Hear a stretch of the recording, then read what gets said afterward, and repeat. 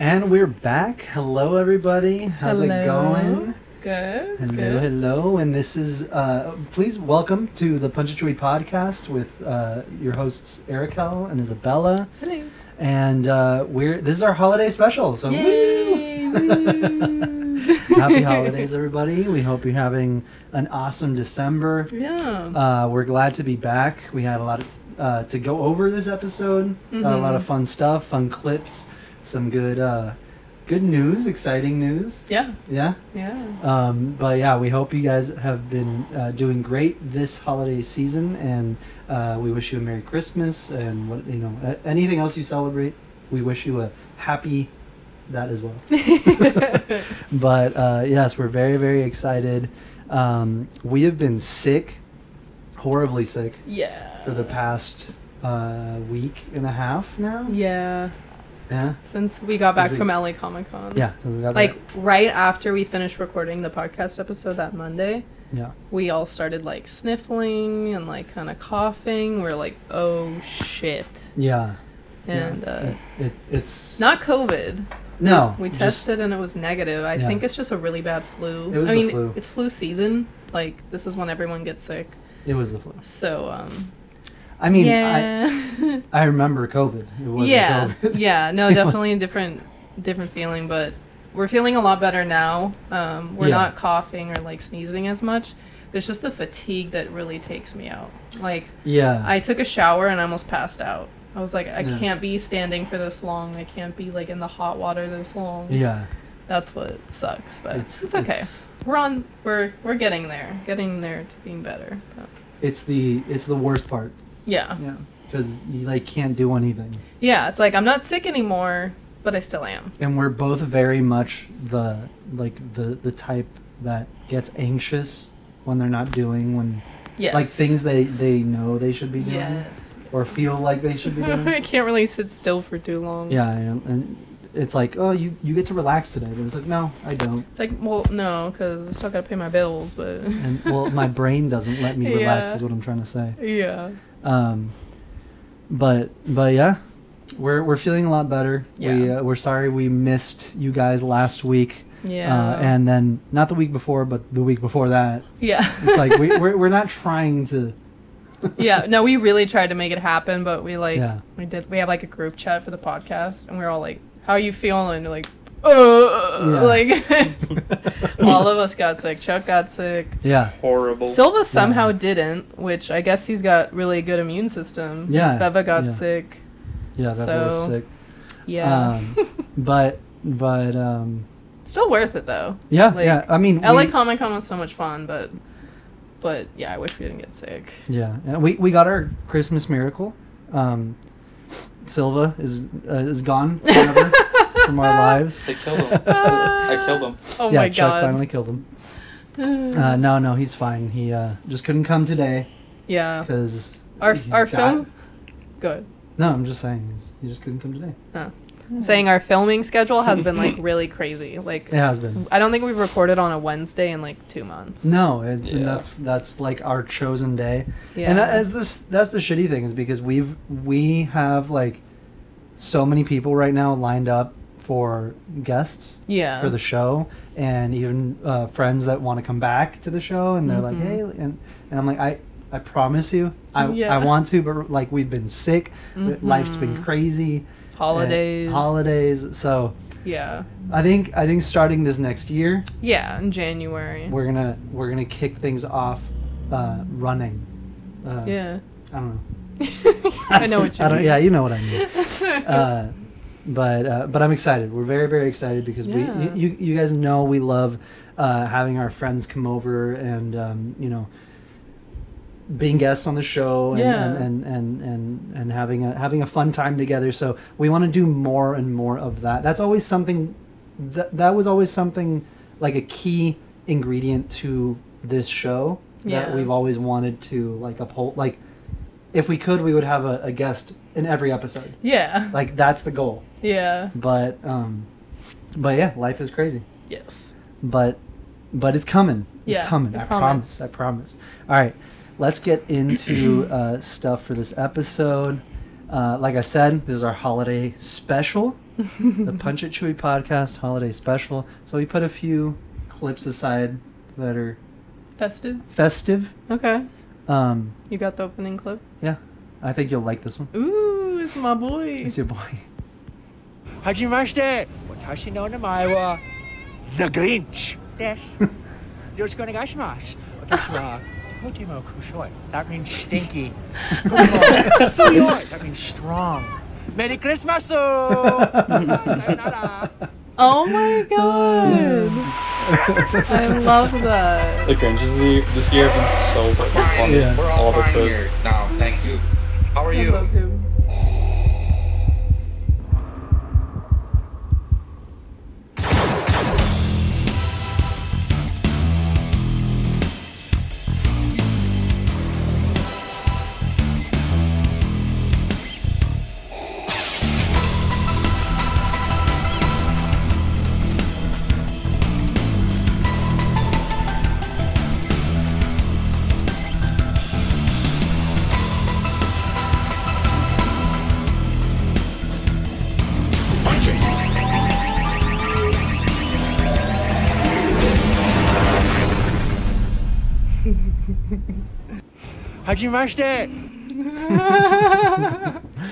No, I fucking loved it. I died when I saw him. Like, he's speaking Japanese. That's bro. actually really impressive. Right? Is this Hollywood? I'm not sure. Or is this... Do they have a Universal in Tokyo? I don't know. I'm not sure. Let's check it out. Let's search it. We don't have Silva today, so I gotta Google. Universal Studios. Studios. Japan? Question mark? There is there one. is. So that might be from Japan. There is. Which is even cooler, actually. I remember I wanted to go to that one for like years when I was younger because they did like an Attack on Titan event there. Oh, really? Oh, that's But it was only cool. like seasonal, so I was like, fuck. Yeah. That's cool. Oh, dude, this is our dream vacation. Is Japan? Japan. Yeah. Like, I want to go so bad. Did you see that they just announced that they're talking about doing Donkey Kong World expansion to No. Super Mario World? Yeah. That's cool. Ooh. I just saw it today. Is the one in Japan Good. significantly bigger, or is it the exact same thing? I think I'm it's the just same. now learning about it, Okay. so I don't know. Yeah. But I mean, I don't know Because the one here is small. well, the It's one very small. the one here compared to the one in Orlando is way smaller. Yeah. The one in Orlando is huge. Yeah. So Because our Universal Studios is like it's the studios. That's the point. It's Yeah, like that's where they film all the It's- movies. yeah, And then there's a few rides. it's the Universal. Yeah, Studios. it's actually, and then the one in Orlando is like, well, we have like 75 roller coasters, which is cool, but it's like, but there aren't studios there Mm-hmm. because it's Orlando.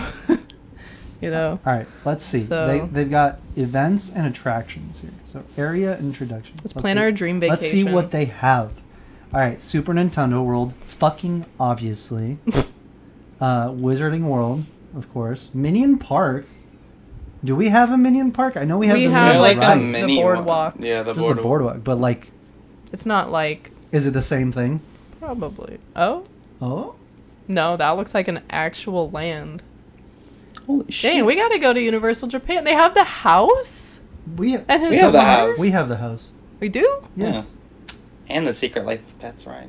Yeah, No. that one. I've been on the ride. I don't remember seeing the house. I think it's at the exit. You know what? Maybe we're high. I don't. I don't remember there I don't being remember a the house. house. That's a Hmm. neighborhood. Okay. All right. Let's go back. We're Let's getting see, let's see. sidetracked. Let's see what else they got. All right, they got Universal Wonderland. I don't know what the fuck this is. That looks like it's for babies. Here, let's go through everything and then we'll click. All right, Hollywood. They got Hollywood in Japan, bro. What? They got New York, San Francisco, Jurassic Park. Okay. Amity San Village. Fran- Ooh, Wait, that's cool. that's cool as fuck. And Waterworld. Okay, it's pretty much the same Yeah. stuff. Yeah. Except they have like the Hollywood, New York, and like San Francisco biomes. Let me see. I'm curious. Uninhabited port. I would hope. That's actually crazy that That's there pretty are cool. theme parks of American cities in other countries. Yeah. That's wild. No, it's so funny on TikTok. You'll see like American core from other countries, like the way we Really? do it with them. Yeah, like.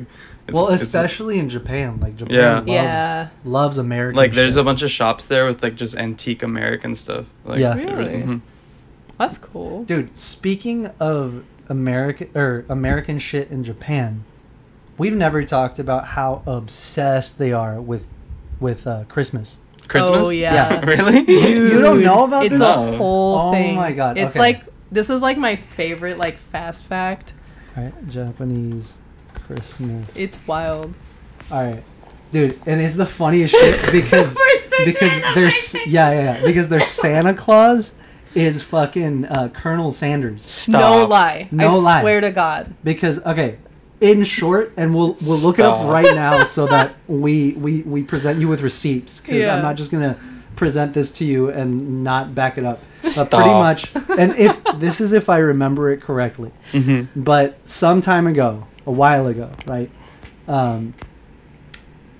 This Japanese businessman went to America, or came to America, and pretty much, long story short, discovers KFC, and he's like, I fucking love KFC. Yeah. And it might have been during Christmas time. I think it was. It It had had that been. like Yeah, that jolliness. because I think it. he had to have come when it was like Christmas time, and like everything was festive. Yeah. And he saw the Colonel with He I don't looks know. like Santa. He's Yeah. got a white beard and white So hair. pretty much, this guy's like, I fucking love KFC, and I love the whole idea of Christmas. Yeah. So he goes back to Japan with and opens pretty much his own KFC franchise in Japan during Christmas. I think for the following year or sometime after. And when he opens and he pretty much offers like the Christmas dinner package. Yeah. It's like a family dinner. So that people in Japan can celebrate Christmas the way Americans do. With KFC. With KFC.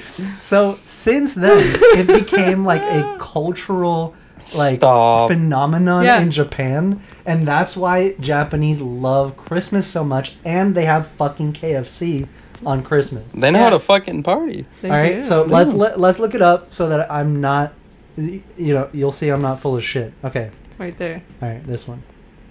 Dude, I love it. Okay. Tokyo Q&A. All right, I don't want to sign up to your shit. Sorry. Tokyo Q&A. How does Japan celebrate Christmas? All right, let's do this. Stop. Dude, look at this. In his little Santa outfit. Dude, it's amazing. If this year is your first Christmas in Japan, you might be a little surprised or even confused at some of the traditions you witness. Even though only about 1% of the Japanese population are Christian, Christmas is still a pretty big deal over here, as you may have noticed with the plethora of Christmas markets and stunning illuminations dotting every corner of Tokyo. Yeah, because Japan is mostly Buddhist. Yeah. Right? So it doesn't make sense. No. For them to be, as a religious it's fine. holiday, no. No. But like, I'm not offended. But they This like is the fucking amazing. aesthetic of Christmas. The vibes. Yeah, the vibes. The vibes. That's all they're for. All right. But the Japanese have their own spin on Christmas that doesn't include any religious affiliations. We've broken down the 3 most important Japanese Christmas traditions and where they all came from. Yes. Right. KFC for Christmas. First fucking That's 8. While elsewhere around the world, Christmas dinner usually means a fat roast turkey or a nice holiday ham. Pee-wee. Our dog, Pee-wee. In Japan, it's all about the Colonel. When the first KFC opened in Japan in 1970, the store manager Takeshi Okawara, who would later go on to become the CEO of KFC Japan, had a sudden flash of inspiration during his sleep one night, as the story goes. A Christmas party barrel at that time, Christmas dinner in Japan was sort of ill-defined, and turkey was, and still is, extremely hard to come by. To Okawara, the party barrel filled a nice void. In 1974, the concept went national with the campaign Kurisumasu ni wa Kentucky, or Kentucky for Christmas. Dude, I love that.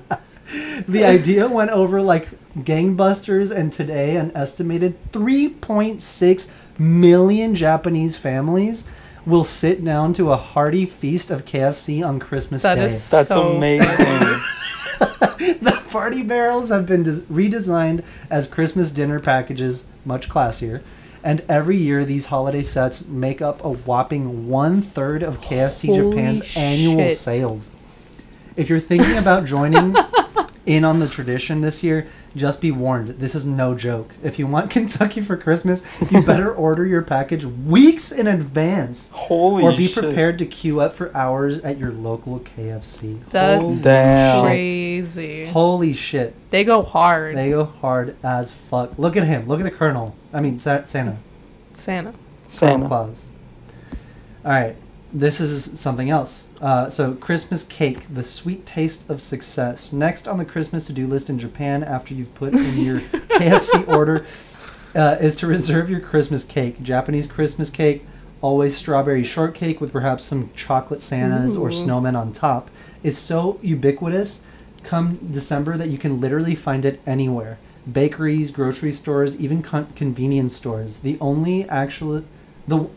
This one actually has a bit of an interesting political history to it, okay? After Japan's defeat in World War II, the economy was ravaged and the population was struggling immensely. Food was scarce and sugary sweets especially were an untasted luxury for most. The American occupation forces led the effort to rebuild Japan, and the sweets they would sometimes hand out seemed like a little window into future splendor and prosperity. As anthropologist Hideo Konagaya put it in a 2001 paper on the subject, sweet chocolates, above all, given by American soldiers, epitomized the utmost wealth Japanese children saw in American lives. Oh, wow. That's interesting. As the concept of Christmas gradually crept in during those post-war years, the economy also rebounded with almost unfathomable success. With its previously unattainable ingredients now available everywhere, the Christmas cake became a symbol that Japan had finally made it. Wow. The strawberry shortcake was chosen as the favored cake because its red and white colors reflect those in the national flag. Oh. Huh. So while American children are lining up for Santa and requesting everything from toy cars to PlayStations, the Japanese will take a moment to reflect on their own wealth and good fortune with a more humble display. A quiet family feasting on Christmas cake.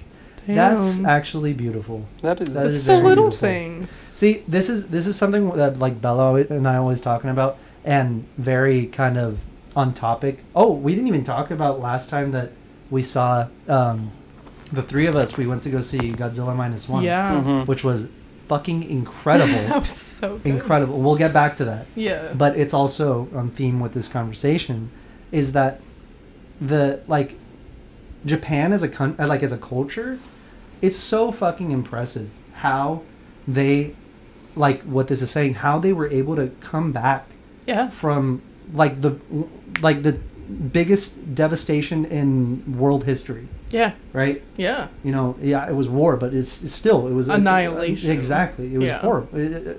Yeah, unspeakable. Like, for all accounts, they should be like a third world country. Yeah. And look at them; they're like at the top of fucking everything. Yeah. They're their like, economy, their everything. education. Yeah. Yeah. And now fucking cinema. Look at them. Yeah. Right? No, but seriously, like it's crazy. Like it's crazy seeing like the way the culture thinks and how they appreciate certain things like fucking Christmas cake. Yeah. You know, and like the symbolism behind even the colors of the strawberry and like the white and the red. Yeah. No, it's cool. It's very, very cool. I feel like that probably plays a big part in why they were so drawn to that aesthetic, because Christmas, everything is red. Yeah, true. And white and red. Yeah. White and red is a very significant color in their culture. Yeah.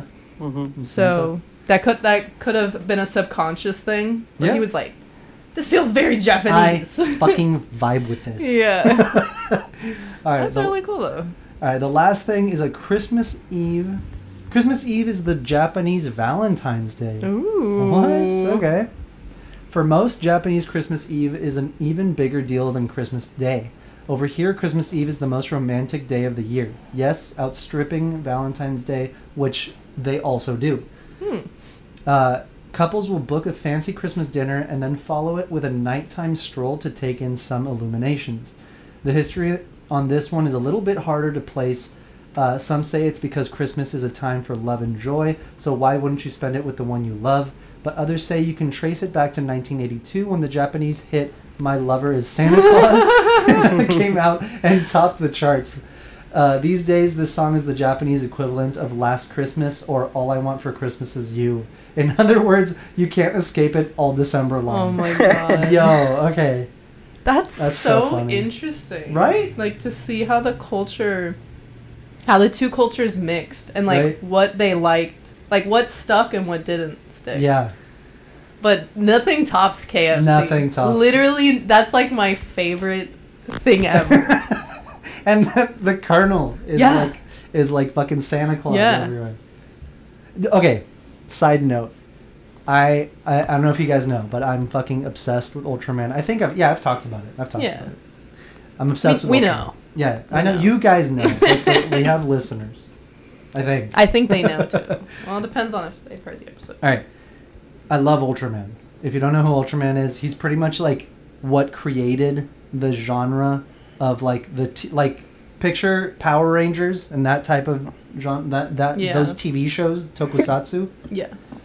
He pretty much was the first character to have a show like that, right? Where it was every episode was a new giant monster, and there was like the monster attack team that it was like the humans that were trying to prevent it or like kill it, but they couldn't. So then the giant hero came and stepped in, right? Also, the guy that created Ultraman was the VFX or the special effects director who also created Godzilla. Yeah. Like pretty much all of the original Godzilla movies, including the very first one. So Ultraman is pretty much Godzilla's little brother. Let's say. It's kind of like Indiana Jones, maybe. Kinda, yeah. It's to like Star Wars. Exactly. That's a perfect way of comparing it, I think. Yeah. So anyway, I love Ultraman. I watched the shit out of it. You've watched like all 92 seasons. Every series from like 1966 to 1996, and even some after. I've skipped a few. That was since then. That was your COVID hyperfixation. Yeah. It's like every morning I'd walk out and he'd be watching it. Well, I grew up with Ultraman Tiga because that was the 1996 one. Okay, that was like your era. That was the one that came to America for the first time, like to American television.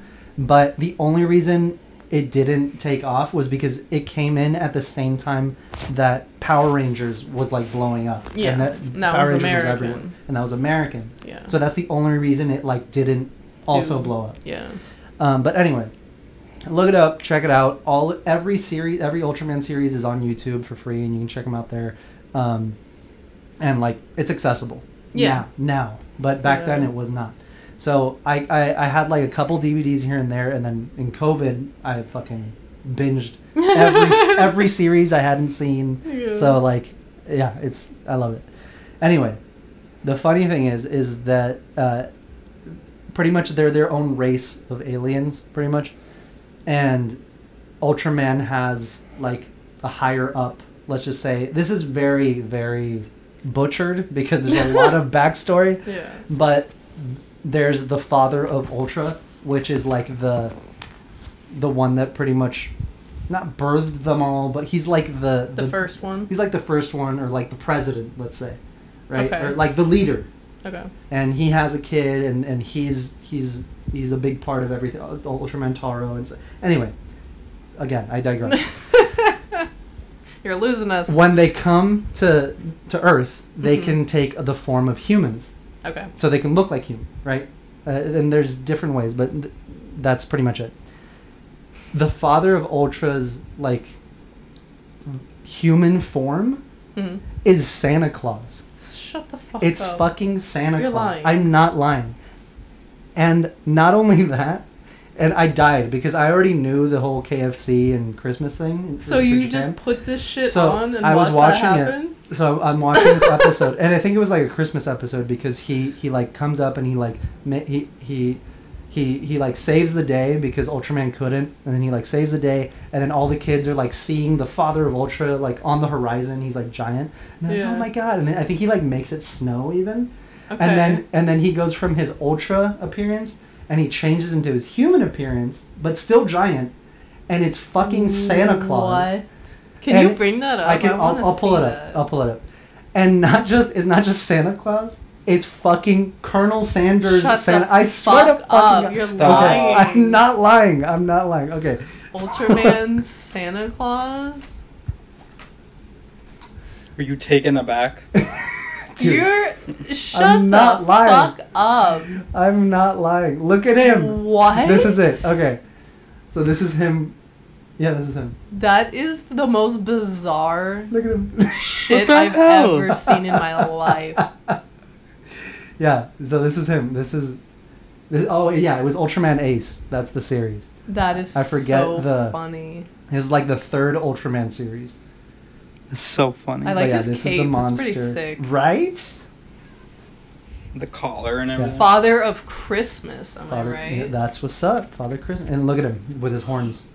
So this is Father of Ultra. You should cosplay him. I fucking will. This Santa is Claus, Colonel Sanders, Father of Ultra. That's what's up. It's the most meta fucking thing I've ever seen. No, yeah, that's next level. Yeah. Oh my god, I forgot about this. And then he flies away in his sleigh.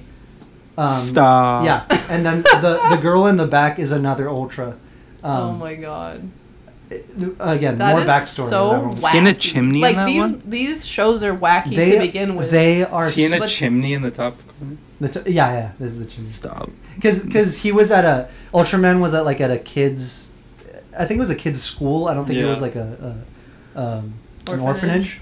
But he like brings all the kids' toys at the end and stuff. I love that. It's so that's why I love these shows, is because they're so wholesome and like they remind me of when I was little watching them, right? Yeah. But and they have such pure messages. Yeah. It's just like be kind to one another, right? Like that's pretty much it. And like very simple, but very simple, good. But good. Yeah. There he is. Look at him, fucking kicking ass. He's got some crazy horns on. He does. Helmet. You don't fuck with him. Look at him. Dude. Father of Ultra. He's got some titties too. Stop. No, look. Oh my god. Yeah. He does. He do. There's it's kind of weird. Yeah, it's such like a glam outfit. Like. Why does he have breasts? Look at him. Slay. Like the boots? Damn. Right? Like look at that physique. Boots. Yeah, here's the full boots, girl. Dude. Strut that shit. I'm not trying to zoom in on his it's just I can't control the zoom on it. Anyway, you get the point. Wow. He a bad bitch. Oh, speaking of bad bitch, this is his wife. Oh, that should okay. Comic-Con San Diego. Yeah. Let's do it. Yeah, let's do it. Fuck it. We'll go to the Ultraman booth and be taking pictures with people and shit. The female hair. Let's do it. Yeah, the ponytail. It looks like fucking Predator, like. Yeah. Oh, the braids. Yeah. Yeah. So I thought you'd enjoy that. I don't think I've ever told you that. No, I had no idea. Who Santa Claus really is. He's the father of Ultra. He's the father of Ultra. Anyway. Wow, that was such a special journey we just went on. Well, I mean, I told you it'd be worth it. No, it was. It definitely was. Oh my god. Grinchy. The Grinch. Speaking of, I got another. More Christmas? More Christmas. 5 this is for Chuck. Oh, you know what's in that glass, baby. Yeah, take a sip. Is he publicly drinking? Hell yeah, bro. Granddaddy leg, yeah. It's like a Christmas parade and he's lit. Oh my god. Yeah, look at him. Oh, you know what's in that glass, baby. Yeah, taste. You know what's in you guys' little man, his little man so shack. Funny. Yeah, dude, look at him vibing. That's so cool, though. Like honestly, like he's like, my kids left me here. Yeah, they were supposed to. My grandkids were supposed to pull the carriage this year, but they wouldn't get up. I had to do it myself. Fucking kid, whatever. I'll still enjoy it Christmas. Voice of an age right here. Oh my god. Purdy. Okay, can we talk about fucking Godzilla -1 real quick? Yes. Because it was incredible. It was. It was. I saw like a little tiny clip of the few minutes that we missed. Really? And it was like the Yeah, best. it was the Okay. coolest. We gotta watch it again. Yeah, We I missed like the first 20 minutes of the movies. We were late. What do you mean we? Shut up. was late. Chuck was late. Chuck was late. Guys. So we missed the first 20 minutes. Yeah. Guys. Yeah. Deny it. But you know it's true. It was my fault. But yeah, so it's fine. I'm alive. We still got the message. No, yeah, we did. No, we At least we didn't miss missed the last 20 minutes. We missed the first. We were talking to Jen and Jason, Mhm. and he was pretty much like, "You didn't really miss that much of it," because I told Yeah. him like where we started from. Mhm. He's like, "Oh, you missed like maybe 10 minutes." Oh, okay. So, Alright. but still, the coolest first 10 minutes. We Because it missed. sets up, yeah. Yeah, but anyway, yeah, we missed the first 10 minutes ish. But the rest of the movie, holy shit. Yeah. And like I know, like I'm sure you've seen on the internet everywhere now, like everyone's also saying the same thing, but I'm like it's true. Yeah. It's true. It's incredible. There's a reason it's expanding to what was it, 1,600 more Something locations crazy, yeah. in the US and Canada. Mhm. It's the highest grossing movie like Japanese made movie in the US ever. Mhm. I think foreign film in general. Possible. I think. Yeah. I may be and wrong. the budget was only $15 million. Yeah. Which is unheard of. Most actors get paid like Bro, $50 million for a movie. No, it's wild how amazing this movie is, Yeah. and with the budget. Yeah. Like- and with the special effects and everything. Like it's not easy to make a monster movie. Excuse me. Like No, a monster that destroys towns. You know, No, it's not yeah. just like he flips a car over. It's like he used his Dude. tail to take out a whole 30-story building. Yeah, it's also very hard to tell a compelling human story when there's a creature the size of a city. Yeah. You know, it's like there's not much you can really do. Yeah. Like And he's they a nailed really, really big symbol, you know? Like yeah. It's, a really big metaphor. yeah, very big metaphor for something very, very nasty. Mhm. And they nailed it. Like the Yeah. human story in this movie, absolutely incredible. Mm-hmm. I've never Chuck and I have seen like literally every. We've never Godzilla movie. connected with characters that like Yeah. quick, that strong, like Yeah, that's strong. Mhm. Exactly. Maybe, really good. maybe in the first Godzilla movie, the original, that's the only other one I can say that you do feel for the characters. Yeah. Like professor the professor. Mm-hmm. Mm-hmm. You feel for him because you're Mhm. like, well, shit, like you are in a dilemma, sir. Yeah. So it's that I would say that's probably the only other Godzilla movie where you really feel for the characters. But even compared to -1, and look, I love the original Godzilla movie, like, but it's kind of the same thing with A New Hope. You know, it's like you love it because it's the first one. But it's not your favorite. It's the original, so it Yeah. deserves a certain level of respect. Yeah. You know, not only because of, oh, it's Godzilla or oh, it's Star Wars, but like Mhm. what those films accomplished in the industry. Oh yeah. You know, special Yeah. effects wise, story wise, you know, it's crazy. Yeah. So it's like there has to be a certain level there, but just like with A New Hope, it's not. I can't say it's my favorite. No, it's Right? not. It's not the strongest movie. Exactly. And then the Yeah. rest of the Godzilla movies, they're amazing. I love them to death. But I mean, I really see them for Godzilla. Yeah. I see them for the monsters, the action. the action. Yeah. That's what's fun, right? That's what's Mhm. fun about those movies, especially like the Showa era ones, like the original ones, and then like the early 2000 ones really get into the story.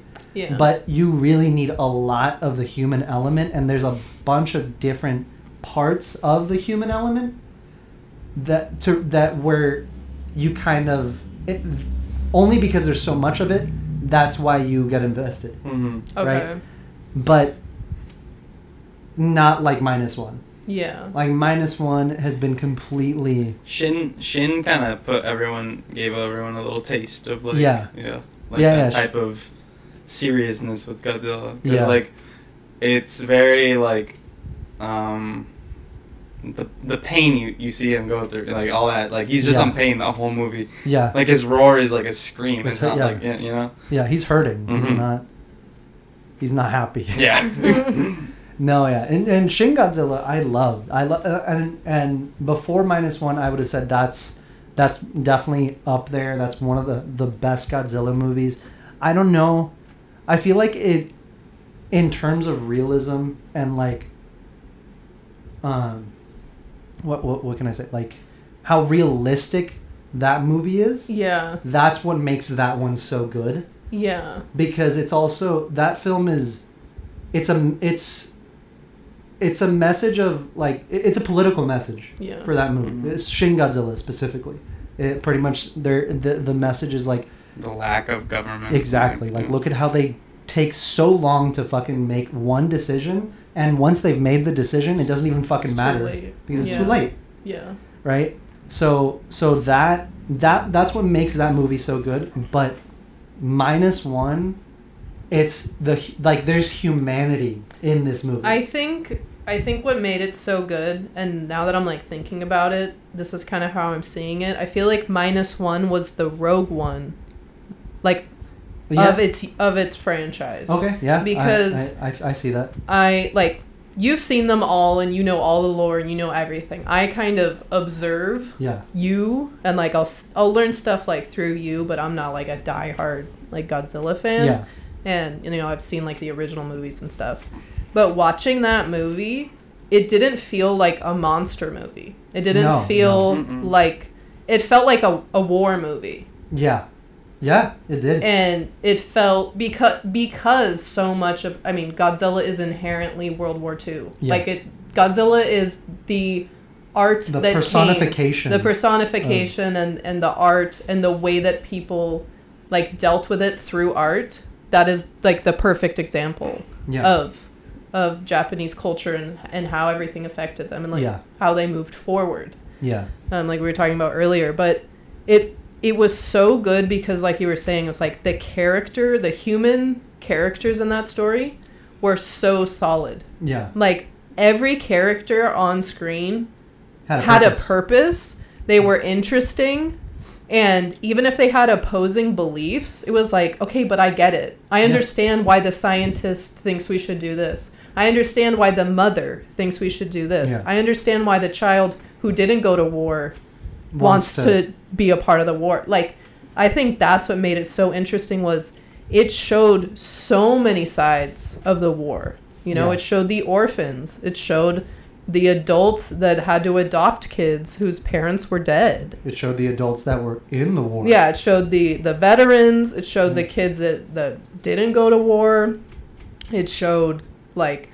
And it showed very dark topics, but you never felt hopeless. Yeah. And I think that's why that movie is so moving and so compelling. Well, that's the message of Japan. Exactly. Because there are moments for the main characters where you're like, holy shit, like I don't know how he gets up out of bed. Yeah Like how do you pick yourself up, dust yourself off, and keep going when you don't have the reason that you're doing everything that you've been doing? And I think that's why the story was so moving and like, you really like, damn, like I cried like 3 different times like throughout the movie, because I was like and the acting was so good. No, the acting was incredible. I don't think there's ever been acting like that, even in Shin Godzilla. As much as I love that movie, it's not that the acting was bad, it's they didn't have opportunities to delve that deep into their characters. This movie gave those opportunities to these actors. They had the time to develop. They delivered these, and then the heavy moments really pay off. Yeah. Like, they really hit. Like, it was weird how like you hated and loved Godzilla in this movie. Yeah. It's like, yeah. It like the whole time you're like, fuck him, but you're also like, damn, like he's cool. You know, It's like badass. It's badass. Holy shit. Yeah.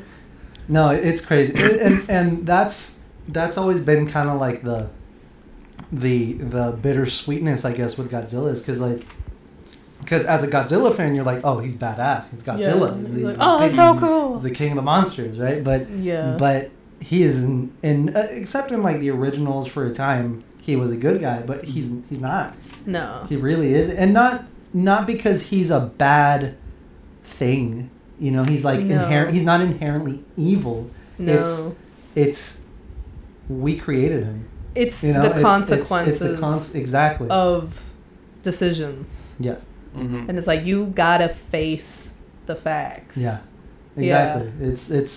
There's I mean, we could do an entire fucking fuck it. The whole movie, they were just like, can we ever forgive ourselves? Like, do we even deserve it? Because exactly. the more yeah. The thing that I liked about the movie was like, they kept fucking getting hit down more and more, and they were still like reaching for something, for hope. You know. Well, that's the point. That's why I was saying that there's so much humanity in this movie, because that's the whole point of being human, is that humanity will never give up hope.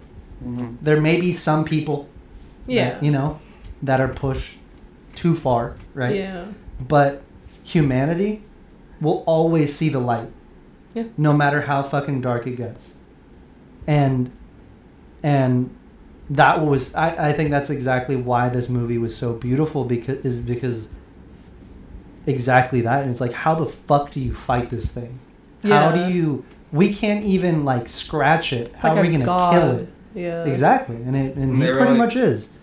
You know? The thing that I really liked was like, because most of the shit is like, oh, we fight for death and glory, you know? But they were like, we're fighting for like our future, our lives. Existence. We're fighting for our literal life. Like, we want to live. We want to live. That's what I loved about the whole ending, was like, that no one's trying to, like, even the main character, like, no one's trying to kill themselves fighting him. Like, they all want to make it out of it. Like, yeah.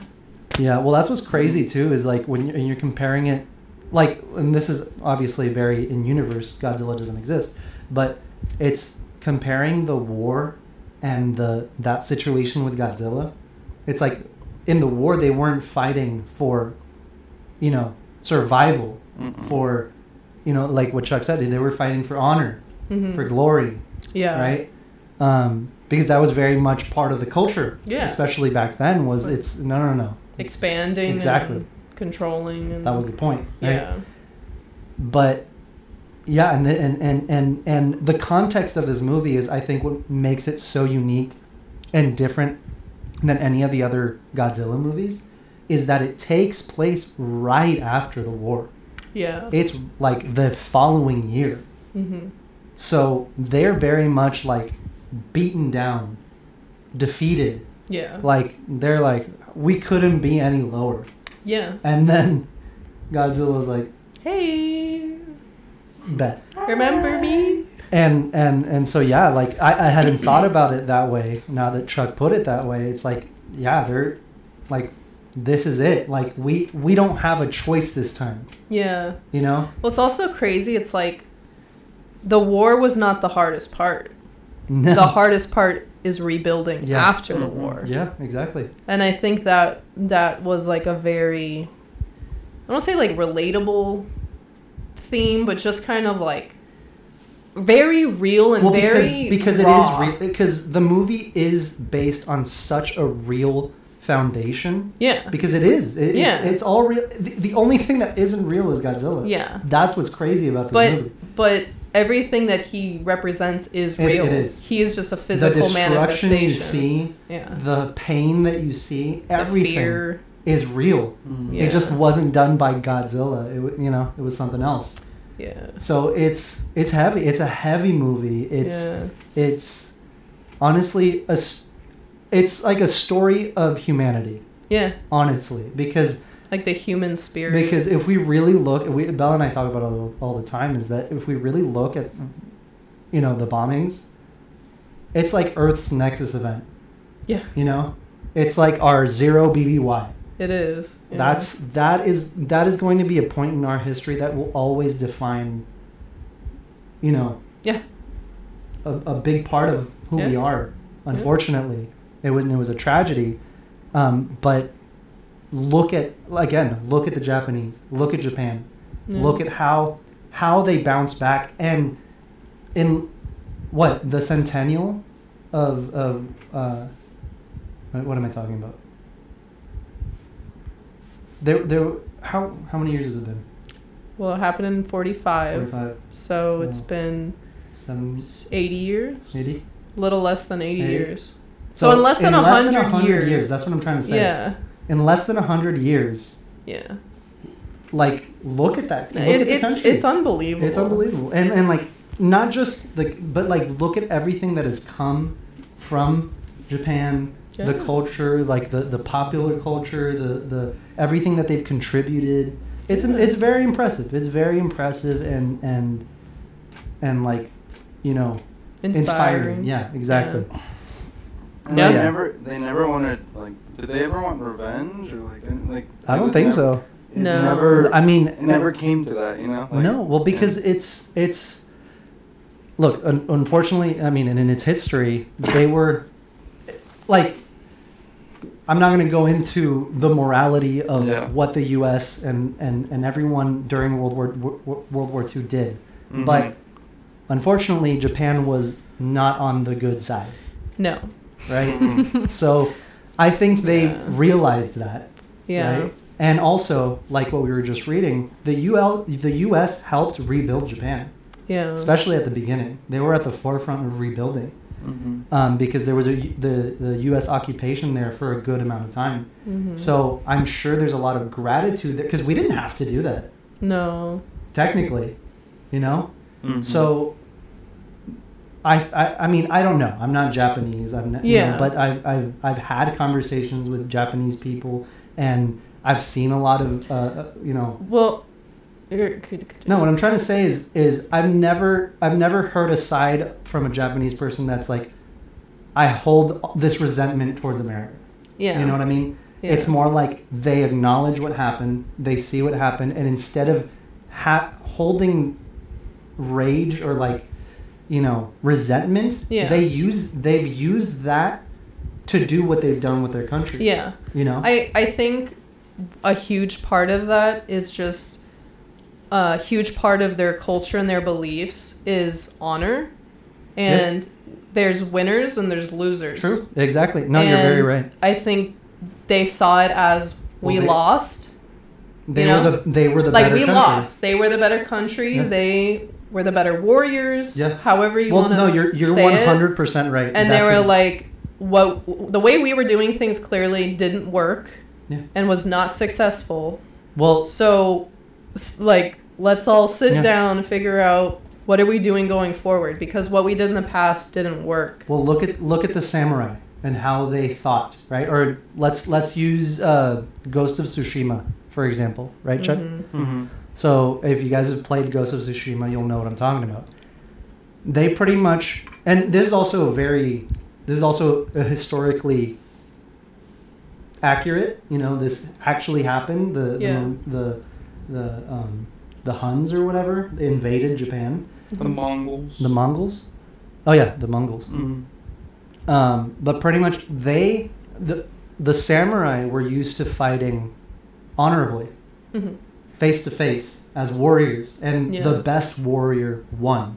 And if they won, you respected it. Yeah. Right? It wasn't like that. That was their culture. It's like the best. May the best man win. Yeah, and then you respect the person. You that respect wins. the outcome. And if you are dishonored, if you dishonor yourself, that's why, you know, seppuku was a thing. Yeah. That's why. No, yeah, it's the foundation of their culture. Yeah, exactly. Honor is the most important thing. No, yeah, but what I was saying, like in Ghost of Tsushima, they got taken off their guard because they went to confront the Mongols, and they're like, okay, step up, like your best fighter. Mm-hmm. And excuse me. I'm so And they sick. just ambush them. Yeah, they just ambushed them.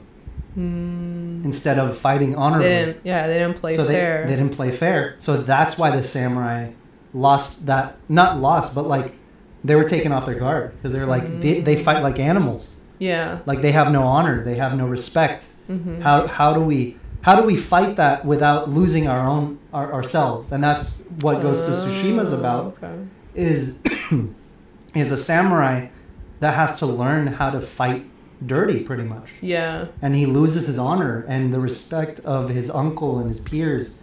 Not everybody, but like, you know, in order to save his home, he's like, well, I can't. It's like, but what's more honorable? Like saving my home, sacrificing myself. Yeah, exactly. Yeah. He sacrificed himself. And that's the very message of Ultraman, of Spider-Man, of Superman, of any hero is I do so that you don't have to. Mm-hmm. Yeah. Yeah. So, but to add to your point, I think you're exactly right. I think that is definitely one of the biggest things and reasons why they love America so much and don't have that like feeling of, you know, fuck America or like, you know, revenge, because it's not about it. They're it's like, no, like we want to be at the table. And at the same time, they were wrong about a great many things back then. They were also, you know, I'm not going to go through a history lesson, but I mean, look at them. Like it's impressive. It's impressive. But yeah, it's crazy. It's crazy going into it and like really thinking about the like the mindset and the cultural impact and shift, especially after the war and all these things that, I mean, that honestly, just watching Godzilla -1 makes you think about all of this stuff. Yeah, it's crazy. It was so good. I can't wait to watch it again. If you guys have the chance to watch it in theater, because that's gonna be a way different experience versus like once it's on streaming or whatever. Yeah, if you can watch it on IMAX, do it. Because it's good. All right, let's cleanse the palate with something here. Okay. All right, Chuck, you ready? Mm-hmm. I do not believe in ghosts or a goblin ghoul. The only thing I believe in is myself. Marcus Pump. Stop it. He's a little ghoul. He's a little. That's kind of inspirational. That's what I'm saying. Believe in myself. Believe in yourself. Believe in ghosts. I found this or guy. A goblin ghoul. The only thing I believe in is myself. Making that my wallpaper. Dude, I love him. His little smile. Yeah, he's got drip. Look at him. Mewino's baby. Oh my god. All right. Oh fuck. It's been, dude. I'm still feeling it. I thought I was good. Yeah. Yeah. We also like when you do a podcast, you're talking a lot. Yeah. So if your throat's dry, it's like yeah. Oh my god. Anyway, so yeah, we've been sick as hell, and we've pretty much been on this couch for like a week and a half. Yeah. I've been hyperfixating on things. A little bit. A little bit. He tamed like 15 dinosaurs. Okay, so I started playing the new Ark Survival game. Yes. If you don't know what that is, it's pretty much It's pretty much Minecraft, but with dinosaurs, and the graphics are incredible because it's on PS5 now and all this. Yeah. I didn't play the one before. I think it was the one I'm playing now. It's Ark Survival Ascended. The one before was the same name but evolved. Okay. And it's so much fun. It's so much fun. And Chuck doesn't believe me, but our cousin Isel, he played the shit out of the game before. Yeah. And I told him, like, hey, I started playing. He's like, dude. He's all excited. So like how I binged Ultraman all of COVID. Yeah. That's all he was doing. He played Ark Survival all of COVID. That's funny. So we've been like talking about it, and he's going out of town in like a week, so we haven't been able to play together. But he came over like unannounced, like a couple days ago. He's like, I'm in the area. Are you home? Yeah, he's like, I want to see your world. Yeah. And so he came over for a bit and we played. I got to show him like what I've done and stuff. But anyway, it's really fun.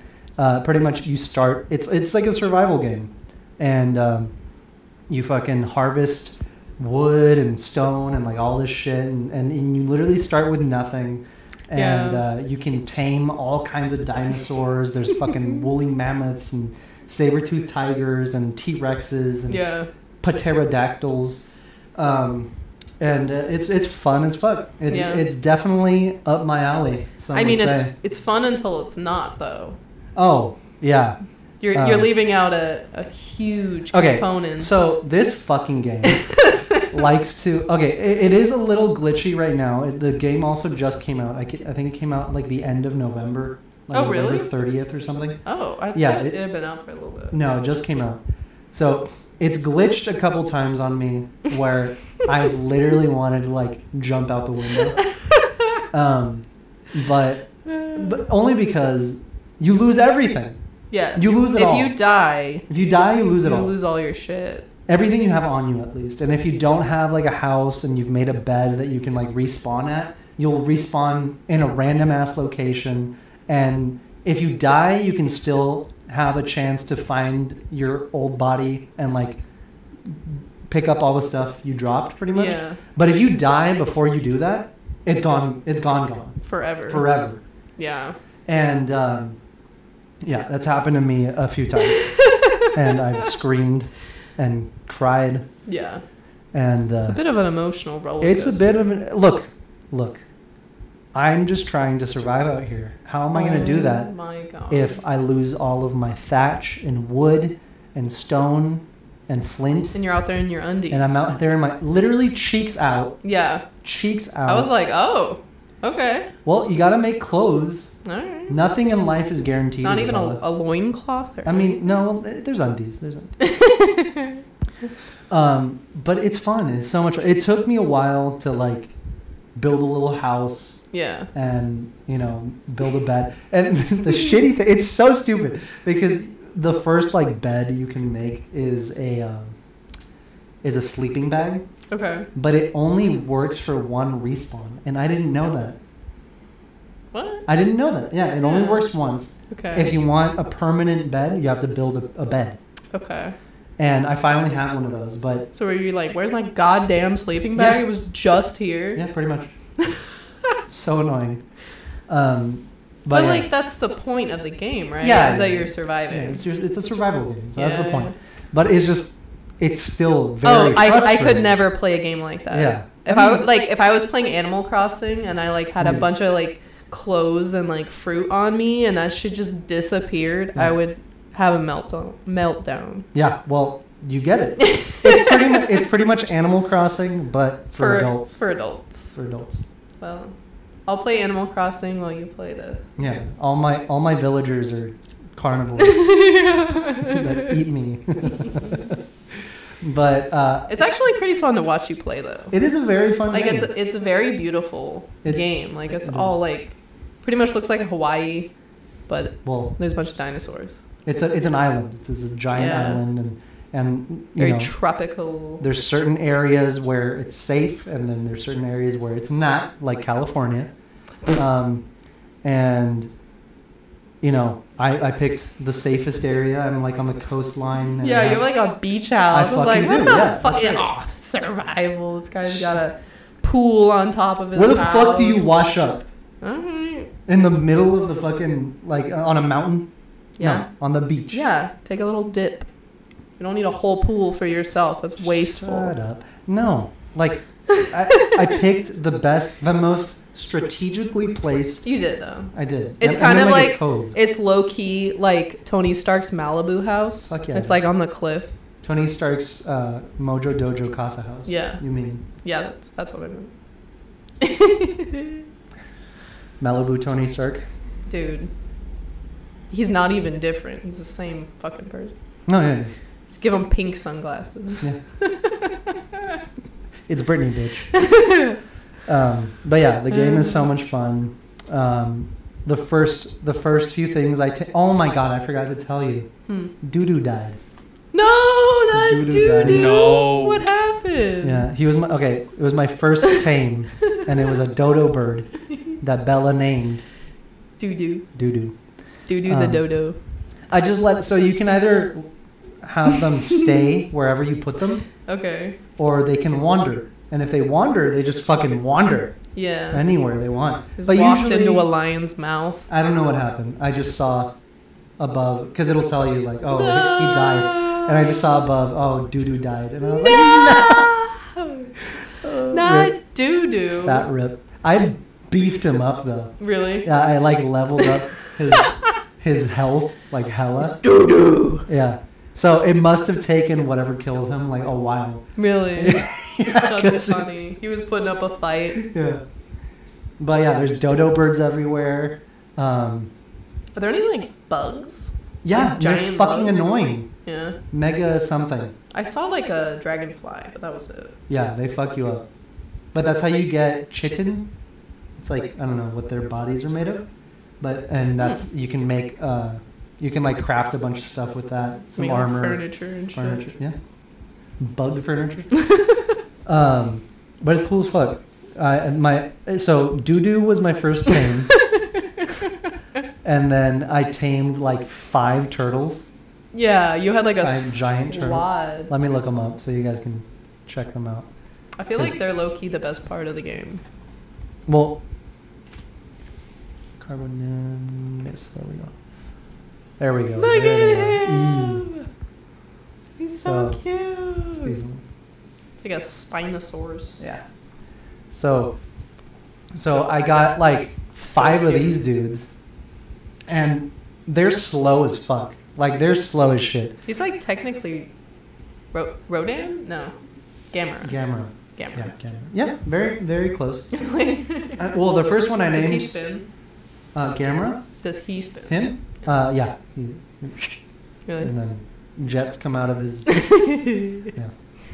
The first one I tamed, I named Gamera because he was all black. And then I have like a bunch of... they come in like every shape and size and color. I have like a light blue one. I have a dark blue one. I have like a red one. Yeah. And then even their shells are different colors sometimes. So, but I tamed a bunch of them because they can hold like a bunch of weight. Oh. And then they're also very beefy. Okay. Like very, they have a lot of health. So when you have like 3 of them, they'll fuck up a T-Rex. Really? Yeah. Okay. 3, well, I have 5. So, no, even with 3, they'll fuck them up. Yeah. Yeah. Yeah. But yeah, I just beef up their health and their damage because they can already carry like a shit ton of weight. Okay. So when I first started, I had like a squad of these with me running around everywhere. So I was like cutting down wood and then like pack up their, pack them up with wood and stone and stuff. Yeah. And then that's pretty much how I got around. And now I have what is it? Baryonyx. It's kind of like a big raptor. Okay. I also have, I just tamed a couple of pterodactyls. Pterodons. Pterodons. So now I can fly everywhere, but they have shit weight. Yeah. Like, I jump on them and they're already like over encumbered. Yeah. And I'm like, come on. And they take like forever to like level up and stuff. But yeah, but it flies. So. But it flies, exactly. Yeah. But that's why I have 2. So I ride one and then I load the other one up with all the shit I want to carry. He just follows you. you gotta use this sometimes. Big brain. Gotta use this. Pretty smart, actually. No, yeah. There's this one. I don't even know what it's called, but it's kind of like, you know how like SpongeBob sees the seahorse, Debbie. Yeah. And he's like, one day, like, I'll ride that to you. Oh my god. Like that. Yeah. There's one. I think it's a pteranodon, but it's got like a different. It's got like a sail on the head. Oh. It's really beautiful, and they have like 3 different color. Is that like the hardest one to tame? It is because it doesn't come down to the ground. It's like high up in the sky. and my pteranodon is not fast enough to get to it. So I've been trying to corral one to come down to the so I can bola it and tie its feet together so I can tame it. It won't come down because they're super fast and they don't get tired. Do you have to make a trap? I think I have to make a trap, but I don't know how the fuck to make a trap so high up in the air. Well, make a trap at a water source or something. Let's see. It goes down to get water and then it gets stuck. I don't know. I don't know how to hunt. Well, that's I get it, but also, so it's not this one. I don't know what it's called because this is pretty much the pteranodon is what I have right now that I'm flying around with, but okay, it's this one. Maybe you got to do a fake mating call. You got to get it horny, then it'll come down. You know what? Then you trap it. You're right. That's the missing piece. You're right. Okay, so Ark Survival evolved Tapejara.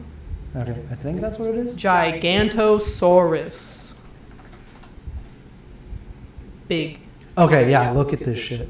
Dude, holy shit. Look at these. That thing would fuck you up. They're fucking gorgeous. Wow, that's actually really cool. Right? It's like a butterfly. Yeah. And what's cool about this game is they all come in different colors. They're all, is that what it's called? I guess. How the fuck do I catch it? I don't know. Okay, so they hang out on the trees. They're in the trees. But this is pretty much the one I saw. Whoa. Look at how cool. And they're fast as fuck, boy.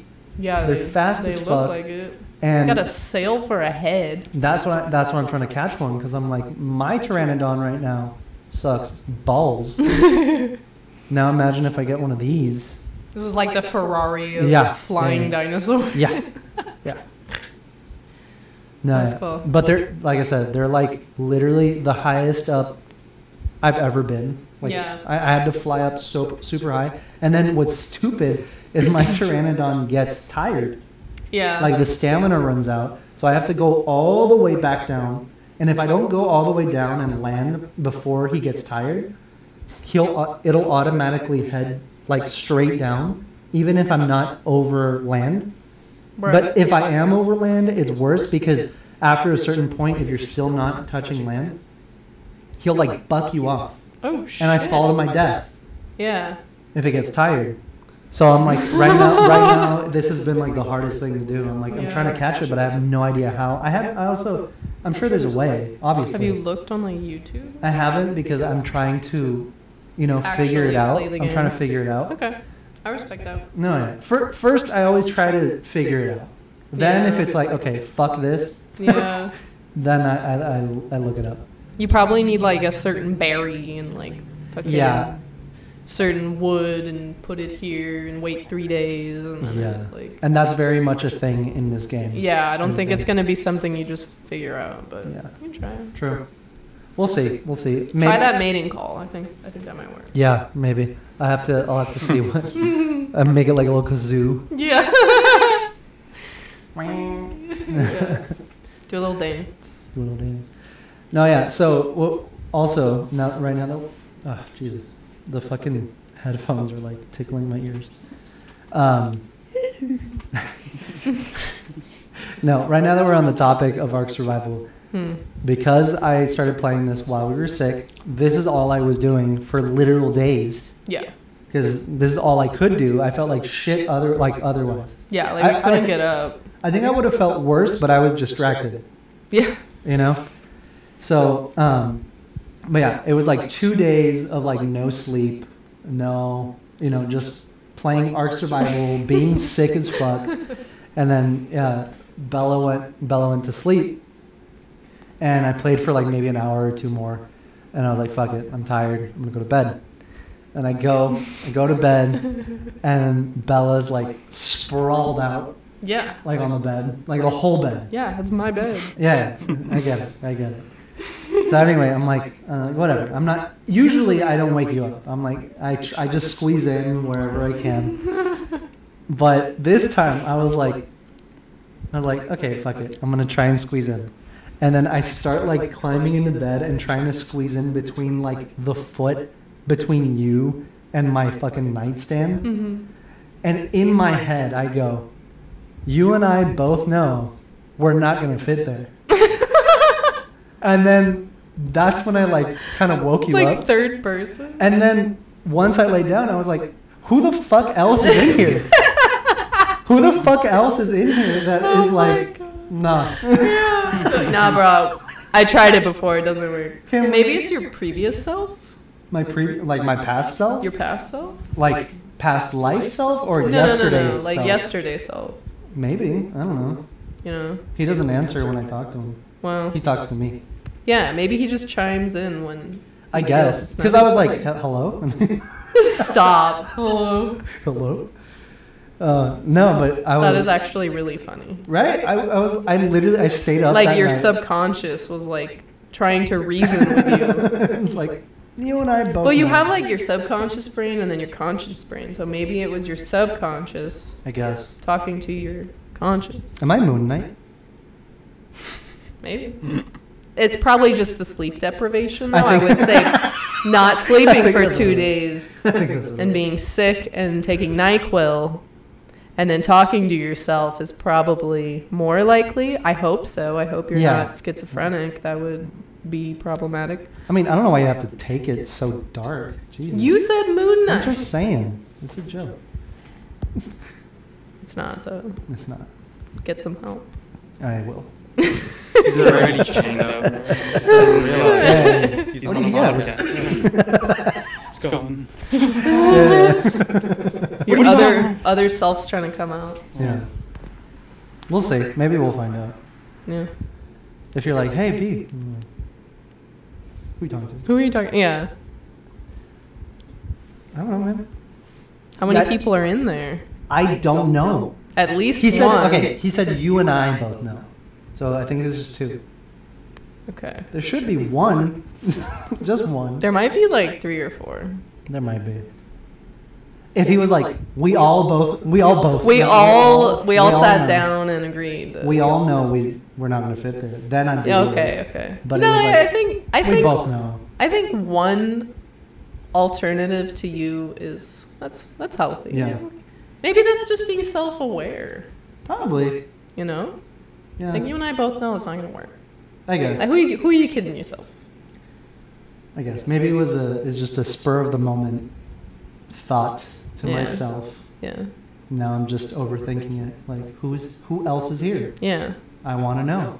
Explain yourself. Well, maybe don't sleep for another 2 days and then ask him again. And I can meet him? Yeah, like, see if he comes out to say hi. I'm looking at the man in the mirror. But be careful, because what if he doesn't like you? I know he doesn't like me. Yeah.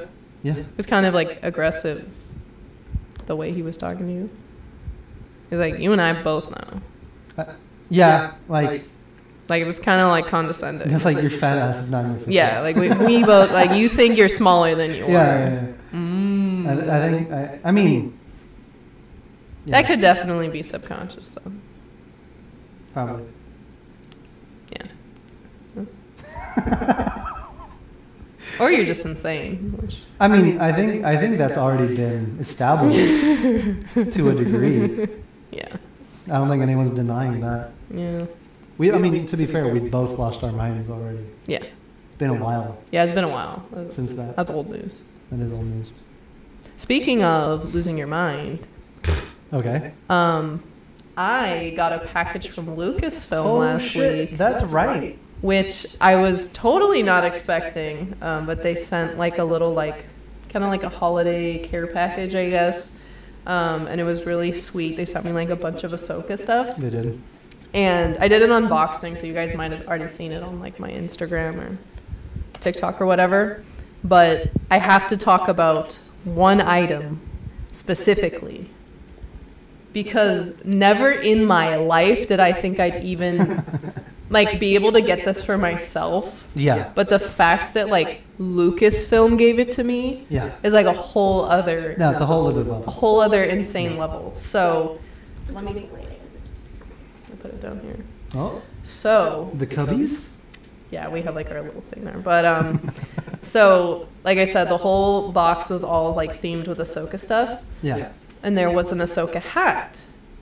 And so I read the note, and it was like really sweet. It was like, thank you so much for being a part of our galaxy. We hope you have happy holidays.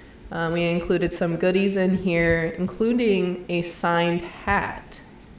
And I was like, huh? So the hat was like this in the box, right? So really cool hat, but like I was like, okay, so like this is the hat. Like, where is it signed? Because I thought like it would be signed on the top. I flip it over, and it's an Ahsoka hat, signed and doodled on by Dave Filoni.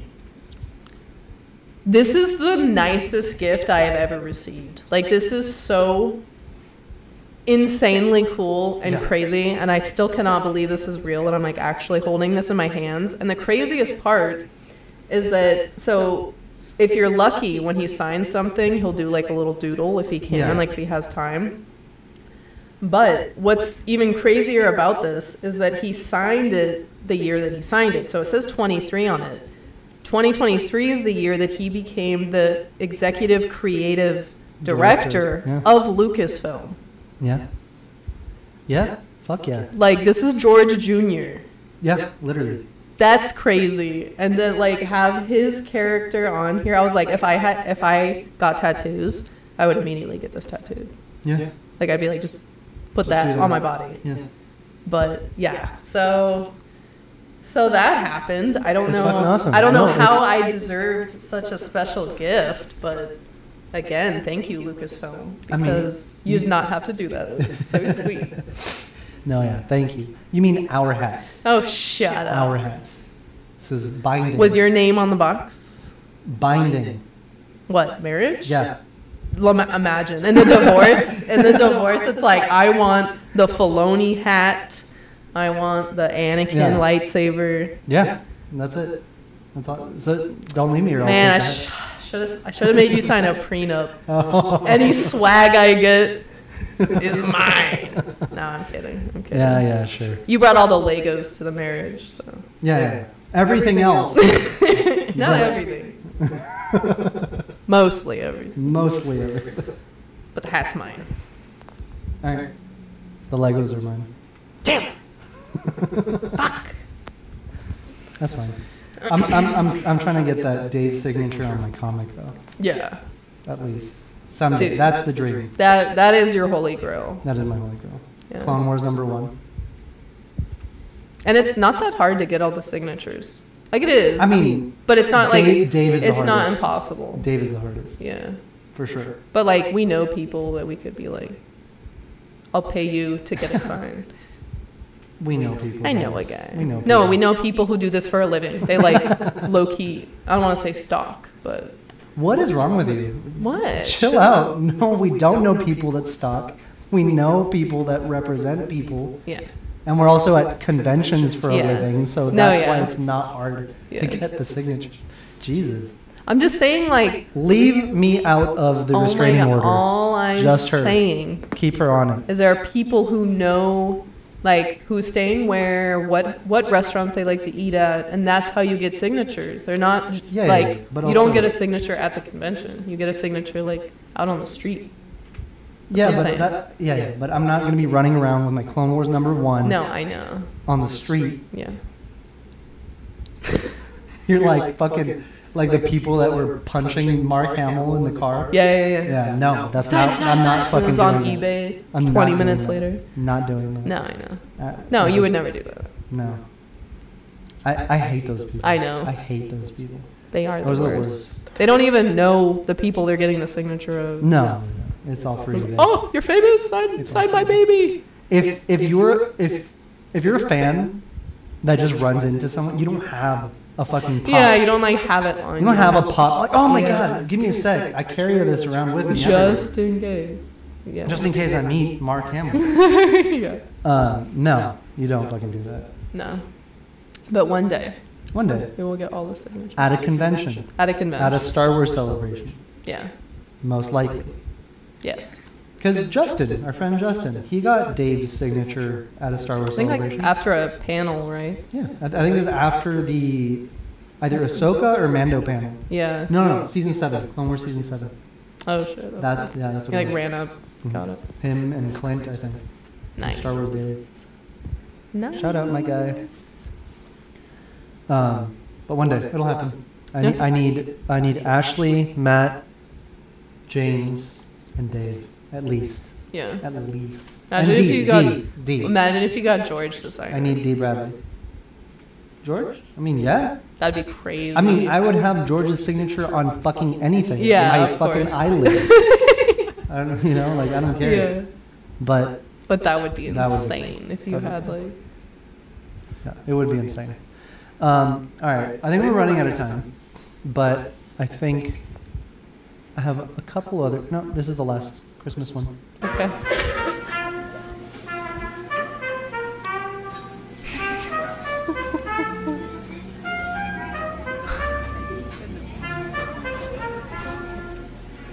So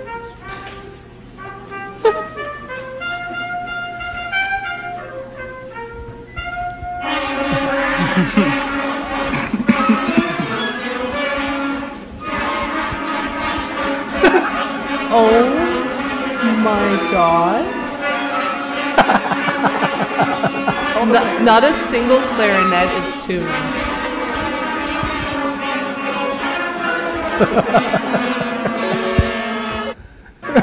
Not even on the same beat. Holy shit. Oh my god. Did you see all the parents? They're like, oh my god. That was so good. The comments always make it better. Band teacher needs a raise. Do you know how many times he's had to listen to this? Oh my god. I wonder if the band teacher ever cries. I mean, the trumpet player did well. Oh, Jesus. I'm sure he was nervous. Well, yeah, it was his solo. Yeah, but they did not really back him up that well. This comment. The trumpet player being the only kid who took private lessons over the summer. Yeah. Yeah. Yeah. Does it make you miss, school shit like this? No, I fucking hated this stuff. Mandatory fun? The recitals, it was like, so instead of going to recess, we're going to go do our recital practice. It was like, fuck you, take that out of math, not recess. Bullshit. This is not fun. Yeah. And then there'd be like the art teacher who took it way too seriously, and then all the kids who didn't care. Stick to the program. Yeah. And then they would just be like, turn around, stop talking, turn around, turn around, for 45 minutes every day for 2 weeks. And then we would do that. The way... Like, it wasn't good. The way that military school was more chill than our middle school. Yeah. Crazy. I'll never forget. I'll always remember being like, why is this chiller than... Yeah. No, we did like a Christmas recital every year.